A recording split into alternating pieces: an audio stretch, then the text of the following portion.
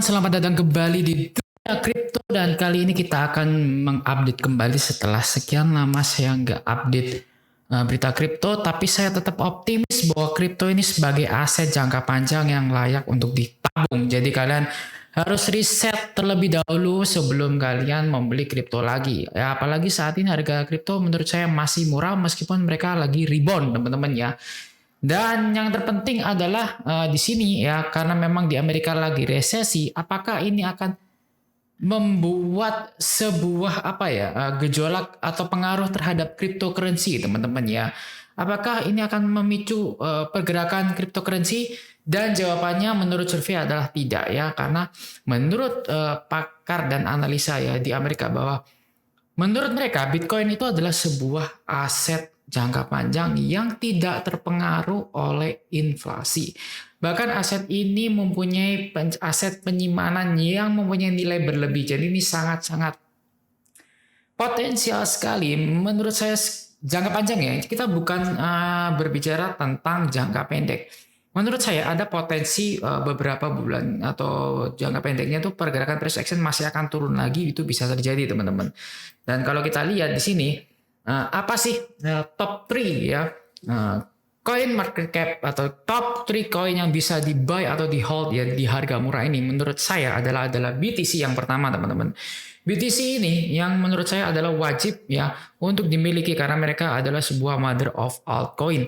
Dan kalau kalian lihat di layar bahwa jumlah pasokan Bitcoinnya selama 10 tahun terakhir itu melonjak tinggi, dan kalau kalian lihat di layar bahwa di pertengahan 2019 hingga 2022 mereka melanjak naik ya. Dan kalau kalian bisa ketahui di sini ada persilangan atau cross antara price action dengan pasokan Bitcoin yang sudah berjalan 10 tahun teman-teman ya, bahwa di sini 0 BTC 2010 itu bergerak cepat dalam kurun waktu 10 sampai 12 tahun mereka sudah ada yang hold 2.500.000 Bitcoin. Artinya masih ada kesempatan saya yakini untuk bisa ke 100.000 ya dalam jangka panjang untuk tabungan daripada kita menabung di bank konvensional tentunya teman-teman.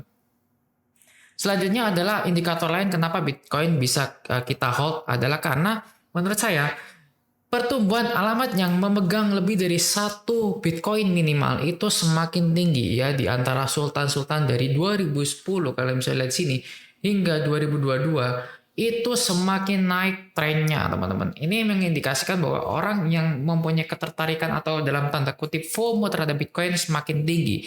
Dalam arti FOMO-nya FOMO yang baik teman-teman, karena kalian tahu sendiri Bitcoin semakin kesini semakin lagi tren-trennya, apalagi sudah banyak diakui di beberapa negara dan digunakan sebagai alat pembayaran. Jadi menurut pribadi saya ini adalah salah satu kesempatan emas bahwa Bitcoin masih ada kesempatan untuk naik lagi, dan ini adalah salah satu portofolio wajib saya Bitcoin ada yang harus kita miliki teman-teman, not financial advice. Tentunya kalian harus riset sendiri teman-teman.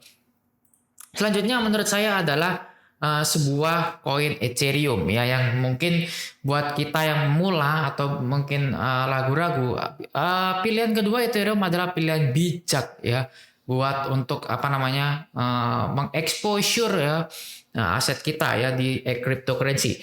Kalian bisa lihat ya apa indikasi kenapa Ethereum bisa di hold atau bisa dibuat tabungan untuk Ethereum cryptocurrency di masa depan.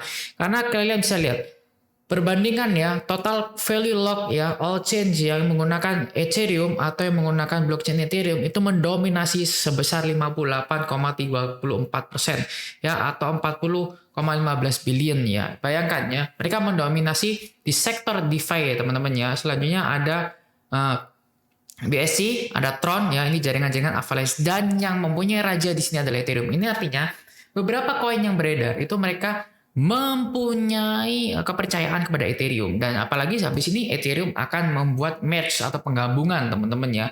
Dan apa sih penggabungan Ethereum ini ya setelah 2.0? Jadi penggabungan Ethereum ini akan mengalihkan jaringan proof of work-nya seperti Bitcoin ke proof of stake-nya. Yang ini akan diperkirakan akan terjadi di September teman-teman ya. Ini akan membuat sedikit kenaikan diperkirakannya karena orang banyak yang akan sell on news di situ. Dan pengembang di altcoin terkemuka yaitu menyarankan bulan lalu ya bahwa penggabungan ini itu dijadwalkan 19 September teman-teman. Dan Apa efeknya dan apa artinya? Jadi Ethereum 2.0 versi sebelumnya dari versi baru blockchain Ethereum akan menggunakan mekanisme konsensus bukti ya, proof of work, proof of stake teman-teman ya.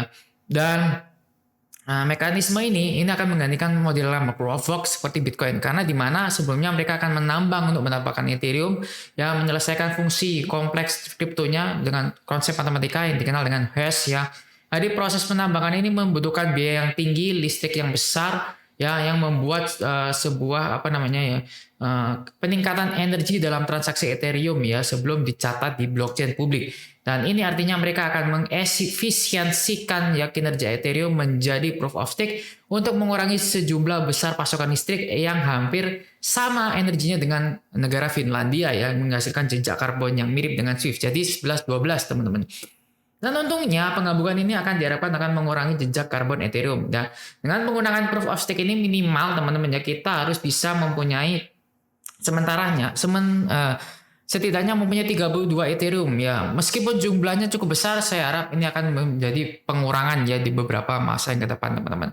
Karena saat ini lebih dari 300.000 validator Ethereum, jadi syaratnya harus mempunyai minimal 32 Ethereum. Semakin banyak Ethereum yang di stake ya di validator, akan semakin besar kemungkinan validator itu untuk menghasilkan blok dan akan mendapatkan hadiah atau mendapatkan koin Ethereum kembali setiap koin yang di stake ya teman-teman, atau Ethereumnya yang di stake teman-teman. Dan koin selanjutnya menurut saya adalah sebuah koin BNB teman-teman ya. Kenapa BNB? Kalian bisa tahu kenapa BNB? Karena BNB itu juga outperform teman-teman ya BNB ini. BNB itu bergerak di sektor DeFi yang menurut saya ini mempunyai banyak jaringan-jaringan lagi ya, karena BNB Chain juga sudah merupakan salah satu exchange terbesar teman-teman, dan mereka mempunyai jaringan PancakeSwap ya. Dan sini ya proses BNB Chain bekerja dengan baik juga teman-teman ya, terutama di coin market cap dan DeFi itu setelah Ethereum, Avalanche, Phantom dan Polygon itu BNB saingan ketat sekali teman-teman. Menurut saya ini juga layak diperhitungkan dengan harganya yang sudah sangat berkurang ya, harganya sudah turun hampir 50%, bisa digunakan untuk mencicil atau konsep tabungan aja, itu lebih aman buat cryptocurrency teman-teman ya. Dan selanjutnya kita lihat BNB. BNB sekarang ada di urutan 5 dengan harga $330 ya teman-teman ya. Apakah ini layak untuk dilakukan koreksi atau dilakukan pembelian kembali? Saya sarankan bisa, karena memang ini bisa digunakan untuk konsep cicilan teman-teman ya. Karena memang kalian bisa lihat udah membentuk double top di sini, dan sini menurut saya harga dasarnya meskipun mereka racing lagi harganya sempat kemarin di 233. Kita cicil bertahap, BNB tidak akan mengecewakan menurut pribadi saya, karena kalian bisa lihat ya exchange BNB nomor 1 di CoinMarketCap di seluruh exchange pasar teman-teman. Dan selanjutnya apa sih yang bisa kita koleksi di koin-koin berikutnya adalah Matic ya teman-teman ya. Kenapa Matic? Karena mereka menggunakan jaringan Ethereum. Artinya mereka akan menumpang Ethereum terhadap euforianya Ethereum yang akan menggunakan proof of stake teman-teman ya. Ini akan cenderung diminati ya. Token Matic memang sudah turun sekitar 50% sejak Maret, tapi pasokan Maticnya selalu bertambah sekitar 340 juta menurut data di dailyhold.com. Jadi bahwa Polygon akan mendapatkan manfaat ekstra dari Ethereum yang memang mereka memindahkan dari proof of work ke proof of stake. Ini akan terkena dampaknya si Polygon Matic ini. Dan mereka akan diperkirakan akan rally jangka panjang ya, terlepas dari fundamentalnya yang karena memang programnya terkena imbas dari price action, semua altcoin yang mayoritas turun semua.